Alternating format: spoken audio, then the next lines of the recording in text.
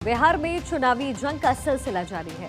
सभी पार्टियां पूरे दमखम के साथ चुनावी घमासान में है।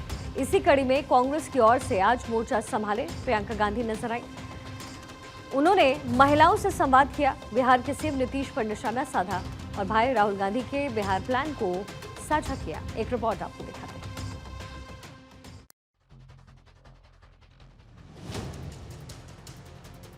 आज बिहार चुनाव के लिहाज से सुपर सियासी शुक्रवार है। एक ओर देश के गृह मंत्री अमित शाह बिहार के दौरे पर हैं, तो दूसरी ओर कांग्रेस की ओर से आज मोर्चा संभाला कांग्रेस सांसद प्रियंका गांधी ने। उन्होंने राजधानी पटना के कांग्रेस कार्यालय में आयोजित महिला संवाद कार्यक्रम में हिस्सा लिया। इस दौरान प्रियंका गांधी वाड्रा ने बिहार की महिलाओं से संवाद करते हुए उन्हें असली सम्मान का मतलब समझाया। प्रियंका गांधी जिन महिलाओं से संवाद कर रही थीं, उनमें बिहार की आशा, आंगनबाड़ी, किसानी करने वाली, मजदूरी करने वाली और व्यवसाय से जुड़ी महिलाएं थीं। प्रियंका गांधी ने उन्हें आश्वासन देते हुए कुछ चुनावी वादे भी किए। उन्होंने कहा कि महिलाओं को हर महीने 2,500 रुपए दिए जाएंगे। इसके अलावा उन्होंने कहा कि जब उनकी सरकार आएगी तो 25 लाख रुपए तक का मुफ्त इलाज की योजना होगी। भूमिहीन परिवारों के लिए जमीन भी दी जाएगी। इतना ही नहीं, इन जमीनों का मालिकाना हक महिलाओं को मिलेगा। हमारे गठबंधन ने तय किया है कि जो जरूरतमंद महिलाएं हैं उनको 2500 रुपए हर महीने मिलेगा। आपके मानदेय की बात हम सब अच्छी तरह से समझ रहे हैं और आपके मानदेय को बढ़ाने के लिए, आपके सम्मान के लिए हम सब काम करेंगे। आपने यहाँ मंच पे कई महिलाओं ने अपने बच्चों की स्वास्थ्य की बात की। हमने तय किया है कि जिस तरह से कांग्रेस की सरकार ने राजस्थान में 25 लाख का स्वास्थ्य बीमा जारी किया था, उस तरह से बिहार में हम उसे लागू करेंगे। इसका मतलब है कि 25 लाख रुपए तक कोई भी स्वास्थ्य सुविधा, चाहे वो सर्जरी हो, दवा हो, कुछ भी हो, वो आपको मुफ्त में मिलेगी। ये आपके समर्थन के लिए है, ये इसलिए है ताकि आपको अपने बच्चों के लिए, अपने स्वास्थ्य के लिए, अपने परिजनों के स्वास्थ्य के लिए संघर्ष नहीं करना पड़े। हमने ये तय किया है कि हम भूमिहीन परिवारों को 3 से 5 डिसमिल जमीन दिलवाएंगे। और सुन लीजिए, इस जमीन का मालिकाना हक महिलाओं को दिया जाएगा। बिहार की सियासी सरगर्मी में इजाफा करते हुए प्रियंका गांधी ने भाई राहुल गांधी का भी जिक्र किया। उन्होंने कहा कि भाई राहुल ने सामाजिक न्याय के लिए पूरे बिहार का दौरा किया है। उन्होंने महिलाओं को भरोसा देने की कोशिश करते हुए कहा कि राहुल गांधी चाहते हैं कि महिलाओं को न्याय और इंसाफ मिले। इसके अलावा उन्होंने महिला सम्मान के बहाने सूबे की नीतीश सरकार को भी आड़े हाथ लिया। मेरे भाई राहुल गांधी ने पूरे देश में संघर्ष किया। किस लिए? सामाजिक न्याय के लिए। और सामाजिक न्याय में शामिल क्या है कि महिलाओं को न्याय मिलना चाहिए, कि महिलाओं को सम्मान मिलना चाहिए। इसलिए आज ज्यादा लंबा नहीं बोलूंगी, सिर्फ ये कहूंगी कि चुनाव आने वाला है। परिस्थितियों को समझ लीजिए। आपकी अपनी परिस्थितियां जो हैं उनको आप समझती हैं। जो चुनावी परिस्थितियां हैं, जो राजनीतिक परिस्थितियां हैं, उनको भी समझिए। और ये समझिए कि इस चुनाव में नीतीश जी और भाजपा की सरकार को आपको हराना पड़ेगा। अगर आप सम्मान चाहते हैं, अगर आप न्याय चाहते हैं, तो एक नई सरकार बिहार में बनानी बहुत ही जरूरी, बहुत ही महत्वपूर्ण है। इसके अलावा प्रियंका गांधी मोतिहारी भी पहुंची। यहाँ उन्होंने हर घर अधिकार रैली में हिस्सा लिया। बता दें कि महात्मा गांधी की कर्म भूमि रही है।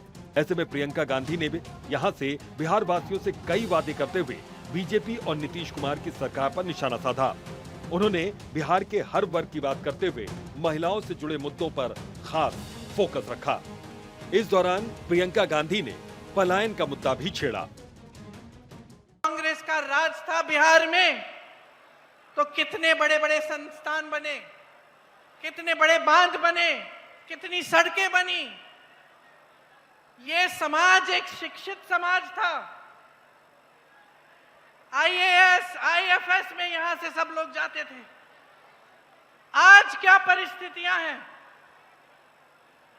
आज परिस्थितियां ये हैं कि यहां रोजगार नहीं मिलता। भाइयों और बहनों, सारी की सारी जनता पलायन करके बाहर जा रही है। यहाँ एक रोजगार नहीं छोड़ा, एक रोजगार नहीं छोड़ा आपके लिए। अभी मैं महिलाओं से मिलके आई हूं, बताती है कि सब तो पलायन करके चले गए, हम यहाँ अकेले संभाल रहे हैं अपने घरों को, हम कमाते भी नहीं हैं। उधर प्रियंका गांधी के बिहार दौरे को लेकर बीजेपी सांसद और केंद्रीय मंत्री गिरिराज सिंह ने उन्हें निशाने पर लेते हुए बड़ा हमला बोला। उन्होंने पूछा कि बिहार के अपमान पर क्या प्रियंका गांधी वाड्रा बिहार के लोगों से माफी भी मांगेंगी।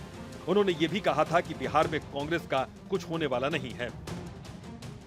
क्या कहेंगे, मोतिहारी से शुरुआत करें, नकली गांधी का गांधी जी को प्रणाम करें। बिहार में कुछ नहीं होने वाला है। जो कांग्रेस, जो राहुल गांधी, जो तेजस्वी यादव बिहार को अपमानित करने का काम किए, क्या उसके लिए माफी मांगेंगी प्रियंका गांधी? जो कांग्रेस रेवंत रेड्डी को ला करके, स्टालिन को ला करके, रेवंत रेड्डी ने बिहार को गाली दिया, रेवंत रेड्डी ने हिंदू और बिहारियों को गाली दिया, राहुल गांधी ने प्रधानमंत्री को, मां बहन को गाली दिलवाया मंच से, तेजस्वी यादव ने दिलवाया। क्या प्रियंका गांधी माफी मांगेंगे इसके लिए? देश की स्थिति, कांग्रेस अब धीरे धीरे नेतृत्व हो रहा है, एक तरह से अर्बन नक्सल के रूप में जा रहा है, जिसको देश प्रेम कम देशद्रोह ज्यादा दिख रहा है। बता दें कि प्रियंका गांधी का एक महीने में बिहार का ये दूसरा दौरा रहा। इससे पहले आपको याद होगा कि वो 26 अगस्त को भाई राहुल गांधी की वोटर अधिकार यात्रा में शामिल होने के लिए सुपौल पहुंची थी। उस वक्त भाई के साथ वो बुलेट की सवारी भी करती दिखी थी। तब उन्होंने 2 दिवसीय यात्रा में सुपौल और दरभंगा का दौरा किया था, लेकिन आज का उनका दौरा सिर्फ एक दिन का रहा। लेकिन उनके वादों के केंद्र में इस बार बिहार की महिलाएं रही हैं।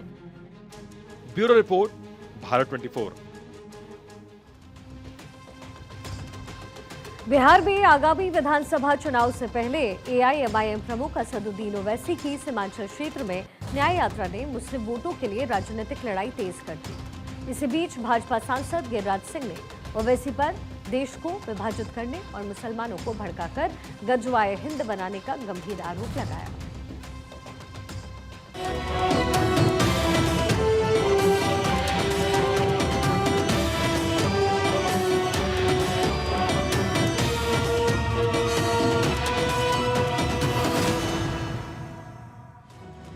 बिहार चुनाव में सीमांचल क्षेत्र ओवैसी का एकमात्र फोकस बना हुआ है। इसका बड़ा कारण है कि सीमांचल की सीटों पर मुस्लिम वोटर्स की संख्या अच्छी खासी है। इसी को लेकर सीमांचल में खुद असदुद्दीन ओवैसी मोर्चा संभाले हुए हैं। सीमांचल न्याय यात्रा के तीसरे दिन ओवैसी किशनगंज से पूर्णिया पहुंचेंगे। इसके बाद उनकी यात्रा डगरुआ और बायसी होते हुए अमौर तक पहुंचेगी। सीमांचल पर ओवैसी की नजर क्यों है, ये भी आपको विस्तार से बताते हैं। दरअसल किशनगंज, अररिया, कटिहार, पूर्णिया मुस्लिम बहुल क्षेत्र हैं। 2020 में एआईएमआईएम ने 24 में से 5 सीटें यहां जीती। ओवैसी की पार्टी से जीतने वाले 4 विधायक आज आरजेडी में शामिल हो चुके हैं।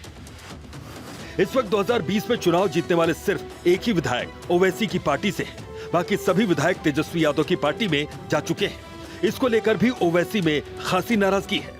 ओवैसी ने खुलकर तेजस्वी यादव पर हमला बोला।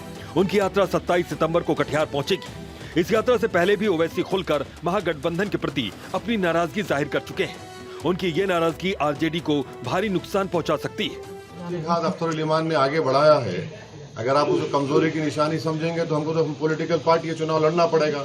जब चुनाव लड़ेंगे तो जीतने के लिए लड़ेंगे। हर पार्टी जीतने के लिए लड़ती है ना, दोस्ताना मुकाबला तो नहीं होता। तो मुकाबला होगा, जमहूरियत है, तो हम तो जीतने के लिए मुकाबला करेंगे। क्या कारण लग रहा है आपके मोहब्बत को कबूल नहीं कर रहे तेजस्वी वाला? भाई देखिए, मोहब्बत जो होती है ना, वो नौजवान लड़के लड़की में पिक्चरों में अच्छा लगता है। सियासत में एक तरफा मोहब्बत नहीं हो सकती है, तो नहीं होगी, होगी तो होगी। वहीं गिरिराज सिंह ने ओवैसी पर देश को विभाजित करने और मुसलमानों को भड़काने की कोशिश का आरोप लगाते हुए एक बड़ा राजनीतिक विवाद खड़ा कर दिया।